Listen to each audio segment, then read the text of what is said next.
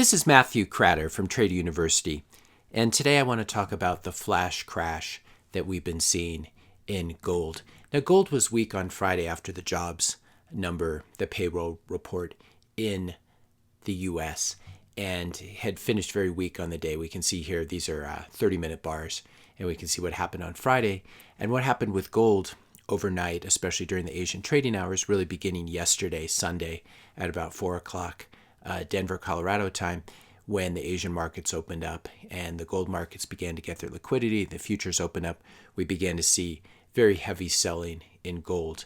What happened is there must have been a lot of stops at 1750, which is obviously a key level, a lot of option strike prices there. And so we got huge selling and took out all the stops at 1750 and then basically tested 1700. We can see the long candlesticks here as gold did find buyers below 1700. If we want to look at a daily bar, it looks like this. We can see it's basically a long hammer and with a very long tail here. And we can see that we really tested the levels, the lows of March and April of this year. Now, something similar happened in silver as well. We can see a very long tail and the lows there were tested as well, the lows from December of 2020. What most likely happened is there was a forced liquidation by a prime broker, which is how hedge funds invest their money. The prime broker holds the funds and allows them to trade, or by a big bank, by some big institutional investor. And it looks like this was a liquidation that may have been triggered by the really weak price action on Friday. Someone had a very big leverage position, and so when Asian trading started opening up yesterday, this gold position was liquidated. Liquidity was extra low, it looks like, as well, because there were holidays going on in Singapore and Japan. So when you have low liquidity and you have big sell orders come in, that really exacerbates the price decline. As we said, the stops at 1750 were taken out, and then we tested the 1700 level. If you're finding this video helpful so far, I'd encourage you to hit that subscribe and like button. Also share this video with a couple of friends, especially if they're interested in silver or gold. As we said, gold had been very weak on Friday after a strong jobs report, and so a lot of the rumors were that there's a taper coming. The taper is simply, right now the Fed, the U.S. Central Bank, is still buying $120 billion worth of U.S. Treasuries, government bonds, and mortgage-backed securities, MBSs. And a taper would mean that they would reduce the amounts that they were buying. They would slow the growth of the Fed's balance sheet, or even reverse the growth and shrink the Fed's balance sheet. And so this was one of the explanations for gold's weakness on Friday and gold's weakness overnight. But I think this is misplaced, this sort of concern, because if you're going to talk about a taper, which means the Fed shrinking their balance sheet or at least slowing the growth of their balance sheet, who cares about that? Simply because gold hasn't even done well over the last 5 and 10 years, even over the last 1 year, when we've seen this massive money printing by the Fed. The Fed has massively expanded their balance sheet. We can see that 10 years ago, in 2011, when gold was about at the same price, the Fed's balance sheet was around 2.5 trillion. It's now at 8 trillion, and gold has not budged. Meanwhile, we've seen very record CPI numbers, consumer price inflation numbers. They're as high as they've been in many, many years, clocking in at 5.32% most recently. If we look at the max here, we can see they're higher than they've been. CPI inflation is higher than it's been since 2011. And so what has gold done over this period? Gold has basically gone nowhere over the last 10 years. It has a 0% compound annual growth rate compared to Bitcoin, which has gone up 133% on average. It's compounded at that every year. Even if we look at the past year, Bitcoin up 284%, which we'd expect from the halving as well as all the Fed money printing.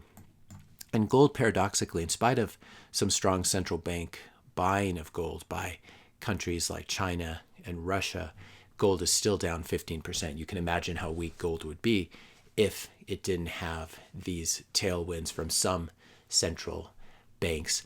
Over the past 10 years, Bitcoin has gone up over 475,000%. Again, gold is completely flat. So the real question is not whether gold is going to be hit by a taper. The real question is, why hasn't gold performed over the past 10 years? Even if we look at single year returns, it's compounded 3% over the past 8 years, 5% over the past 5 years. It's massively underperformed even the S&P, which we have over here. The S&P has gone up about 14% compounded over the past 10 years. Over the past year, 32%. So we have assets like Bitcoin and like the S&P 500, which appear to be very good hedges against central bank recklessness, and gold is completely dead in the water. There was some talk on Friday about gold being hurt by higher yields. Here we can see the yield on the 10-year Treasury moving up. These are daily bars. So it had gotten as low as, call it 1.12% or 1.13%. Now on Friday it touched the 1.30% level, still very low levels. And we wouldn't expect such a small backup in yields to cause such a large move down in gold over the past 3 days, especially when we look at real rates, which we've been talking about. And you can go watch my video from a couple days ago about this. I'll link to it down here in the description notes below. We can see that real rates have been negative really since 2020, since the second quarter of 2020. What this is the 10-year note yield, the 10-year constant yield, constant maturity rate, minus the break-even rate, the inflation rate that is generated by the market's assessment in the TIPS market. And we can see here that the backup in yields was not that big on Friday. We moved from negative real yields of about 1.2% to negative yields of about 1.1%. And so this is another very strange thing. Gold should be doing well, especially when you have negative real rates for an extended period of time, as I expect it to be. So something else is really going on. And I think what we're really seeing is we're seeing cryptocurrencies, especially Bitcoin, take market share from gold. Gold is very, very broken, as we've shown. And you can expect an asset not to perform well over 1 year, but over 10 years, when you have the biggest money printing in human history, you would expect gold to have moved. And yet, paradoxically, it has not. It's facing huge demographic headwinds. We've talked about this before, that when Gen X and boomers pass their gold on to their kids, onto millennials and Gen Z, they're most likely going to be selling this gold, selling the physical gold for cryptocurrency, in particular Bitcoin. This is what they want to own.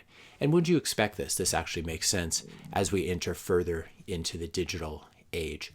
Why would you want to own shiny yellow rocks? Gold is very beautiful, but it's bulky, it's hard to transport, and it just doesn't have that same shine that it did for previous generations. Why would you want to own a physical thing when you can own algorithmically enforced digital scarcity? So gold does have these demographic headwinds. Something similar happened with the internet, of course. This famous article by Clifford Stoll saying that the internet would never replace, you'd never have education online, you'd never have newspapers online, etc.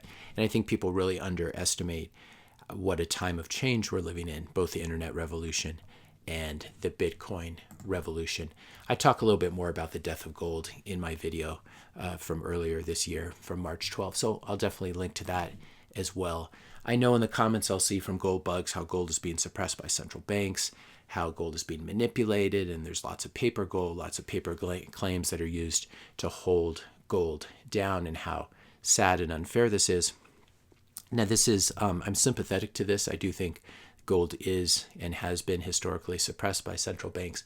That being said, what good does it do to hold a hedge that can be so easily manipulated? How about finding an asset that central bankers cannot stop?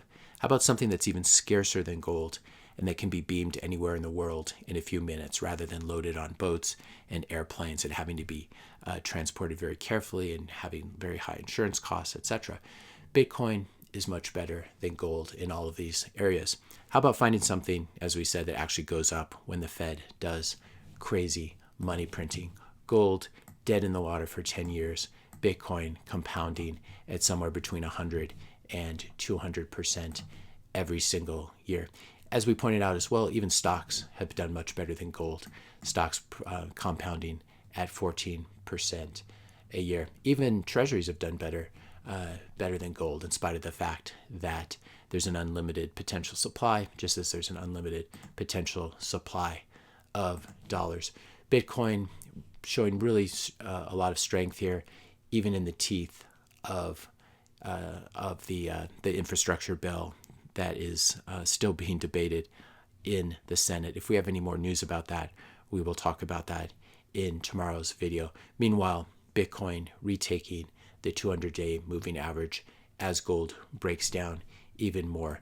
Peter Schiff, a longtime opponent of Bitcoin, has been bad-mouthing Bitcoin really for the last 10, 11 years. He's been bad-mouthing it since Bitcoin was at $1 and gold was at $1,700. He did it when Bitcoin was at $10,000, and he's doing it. He continues to do it today. Gold's still back at the 1,700 level, and this is a sort of an age progression here, showing that he'll probably be doing the same thing when gold is still stuck at 1,700 and Bitcoin hits $1 million per Bitcoin. If you found this video helpful, be sure to hit that subscribe and like button. Hit the notification bell if you want to be notified when I publish my next video. And let me know your questions and comments in the comment section below. Thanks a lot for watching, and I'll see you in the next video.